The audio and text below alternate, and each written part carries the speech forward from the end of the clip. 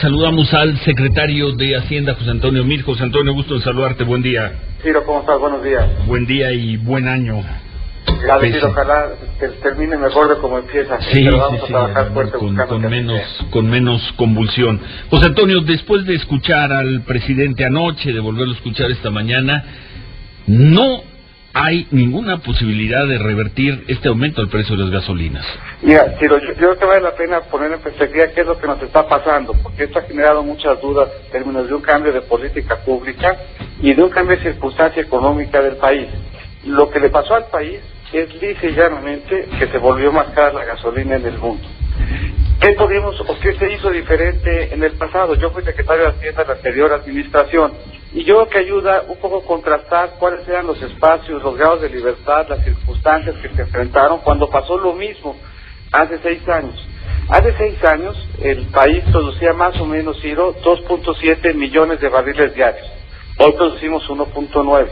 Hace 6 años la diferencia entre el precio del petróleo que se observaba y el precio del petróleo que se puso en el presupuesto era de $35. La combinación de esos dos factores implicaba que se tuvieron muchos ingresos excedentes que permitieron en esa oportunidad dar un subsidio, un apoyo al precio de la gasolina para mantenerlo artificialmente bajo. ¿En qué circunstancia estamos hoy?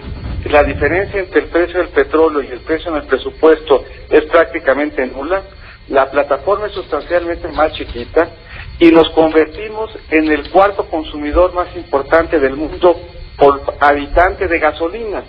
Luego entonces esos grados de libertad que se tuvieron hoy ya no se tienen y por lo tanto no hay más alternativa que dejar que el precio de la gasolina refleje su verdadero costo. No hay otra alternativa.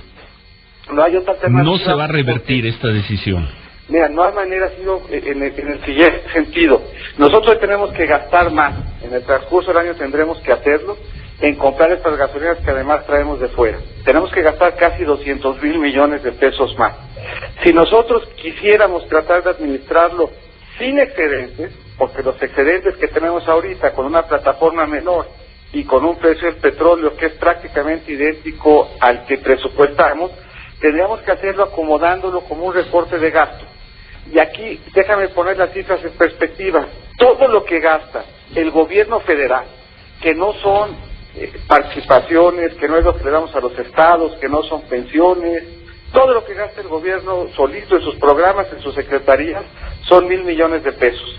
Esto quiere decir que 200,000 millones es más de la quinta parte de todo lo que gasta el gobierno en Prospera, en becas, en sus programas de salud, en sus programas de seguridad. Estaríamos entonces ahorita hablando no ya del precio de la gasolina, sino del recorte y su impacto en quienes hoy son acompañados por el gobierno, apoyados por estos programas. Pero insisto, no hay marcha atrás, no hay posibilidad de exceder una marcha atrás. No hay posibilidad. Es yo creo además un cambio para bien. ¿Qué hubiera pasado si lo hubiéramos hecho no la anterior administración, sino muchas administraciones antes? Lo que hubiéramos visto desde hace muchos años es que el precio del petróleo se determinaba por sus costos, el gobierno no lo hubiera administrado y hubiéramos visto el precio de la gasolina subir y bajar con el precio del petróleo, como hoy funciona en prácticamente todos los países del mundo. Los mercados de gasolina son tan grandes que los países han ya renunciado a la aspiración de tratar de administrarlos. Hoy solamente persisten en ese modelo de administrar el precio de las gasolinas países como Venezuela o Corea del Norte. No es posible hacerlo. Y en México te doy un dato adicional. Hace 6 años, por cada litro de gasolina que Pemex vendía en México, vendía 2.6, por cada dólar que Pemex vendía de gasolina, vendía 2.6 dólares de petróleo. Hoy por cada dólar que se vende gasolina en México, se venden solamente 80 centavos de petróleo. Esto es, el valor de la gasolina supera ya el valor de la producción petrolera y eso es lo que le quita al gobierno grados de libertad para asumir una decisión distinta que la que se tomó hace ya un par de años, que es dejar que el precio de la gasolina refleje su verdadero costo. De hecho, lo único que está bajando este año en el costo de la gasolina es el impuesto. Hicimos el máximo esfuerzo posible que podíamos en un contexto en donde tenemos menos recursos y menos excedentes. Bueno. Entonces, pase lo que pase en las calles, lo que digan algunos personajes, no se va a dar marcha atrás a esta decisión. Mira, Ciro, no importa, y estamos conscientes y estamos buscando ver cuál es la mejor forma de acompañar a los sectores afectados con esta medida, pero no hay manera de que eso cambie la razón profunda que trae hoy como consecuencia el incremento, que es que subió el precio del petróleo en el mundo. Y el precio del petróleo subió para México, subió para todos los demás países del mundo, y en todos hemos observado estos incrementos. De hecho, es en México de los países, por este esfuerzo que hicimos de acomodar lo más que pudimos en el impuesto, de los países donde menos ha subido el precio de la gasolina. Bueno, ayer una empresa financiera, Finamex, ya adelantó que además viene un aumento adicional, no sé bien cómo sacaron el cálculo, de 8% para febrero. Mira, no sabemos, es temprano todavía para saber qué va a pasar, y parte de la razón por la que no nos hemos movido todavía a un modelo de precios diario es porque anticipábamos en estas semanas una gran volatilidad con cargo a la enorme incertidumbre que se ha generado al amparo de la relación que habremos de construir con Estados Unidos. Yo estoy cierto que habremos de construir una relación constructiva y positiva, pero esa incertidumbre que hoy se refleja en el tipo de cambio es una incertidumbre y una volatilidad que también lo hubiese tenido el precio de la gasolina, y durante estas primeras 5 o 6 semanas del año se buscó la forma de darle estabilidad para no estar replicando esa volatilidad, por lo que no sabemos ahorita qué es lo que vaya a pasar. Ya en el mediano y largo plazo, lo que estaremos nosotros viendo es que conforme sube el precio de la gasolina o baje el precio de la gasolina en el mundo, lo mismo estaría pasando en México. Bueno, entonces, pues aventurado este pronóstico que hace Finamex. Sí, a esta altura y con esta volatilidad, sí aventurado. Es un pronóstico aventurado. José Antonio, tú fuiste el último secretario de Hacienda del gobierno del presidente Calderón los últimos 13, 14 meses. ¿Te consultó el presidente Peña Nieto sobre este párrafo del mensaje que dio a conocer anoche cuando dijo: otros gobiernos decidieron mantener artificialmente bajo el precio de la gasolina para evitar costos políticos? En el mensaje, en lo particular, y además en todo el proceso de construcción de la política pública, siempre he participado, y estoy convencido de que es un cambio correcto, habiendo sido secretario en la anterior administración y además habiéndolo agradecido mucho. Yo siempre he sido muy claro que me siento muy orgulloso de mi gestión entonces y muy agradecido con el presidente Calderón, pero me parece que es interesante el contraste, porque de repente en el debate público pareciera que las decisiones no tienen consecuencias. En ese momento teníamos por un lado excedentes y por otro lado enfrentábamos un precio del petróleo de las gasolinas creciente. ¿En ese momento se hizo lo correcto? En ese momento se encontró un equilibrio usando los excedentes. Yo hubiese preferido, no solamente en ese momento, sino muchos años atrás, que hubiésemos ya despolitizado el precio de las gasolinas para dejar que reflejara su costo real. Claramente lo que más conviene a México y a cualquier otro país del mundo es que uno venda las cosas en lo que vale. Quererlo administrar es caro. Se tuvo en esa oportunidad recursos excedentes para hacerlo, pero las consecuencias de haberlo hecho, porque cada decisión las tiene, es que esos recursos excedentes, pues hoy no contamos con ellos ni como ahorro, ni los vemos reflejados en inversión. Secretario, buen día, saludo Manuel Peregrino. Ya está la convocatoria formal al mediodía del próximo lunes acá en el Presidente Intercontinental para reunirse con gobernadores. El planteamiento de ellos es el mismo que te está haciendo Ciro, es la intención de revertir el gasolinazo y en todo caso encontrar algunos incentivos fiscales. ¿Cuál va a ser el discurso? Bueno, es una reunión de trabajo, no es una reunión con la CONAGO en pleno, me parece además correcto porque es un tema técnico y no político, es una reunión con las comisiones de Hacienda y con la Comisión de Energía de la CONAGO, para que no tengamos oportunidad de explicar y de reflexionar con ellos sobre cuál es el proceso de implementación, por cierto, de un tema que no fue una decisión.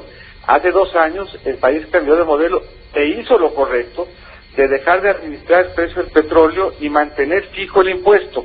El impuesto lleva fijo en México y llevaba siendo el mismo hasta ahora que se redujo con un estímulo que dio el presidente, el más grande que podía dar, sin afectar finanzas públicas, pero aquí es importante comentar, casi el 40% de lo que nos ingresa vinculado a las gasolinas son recursos de los estados.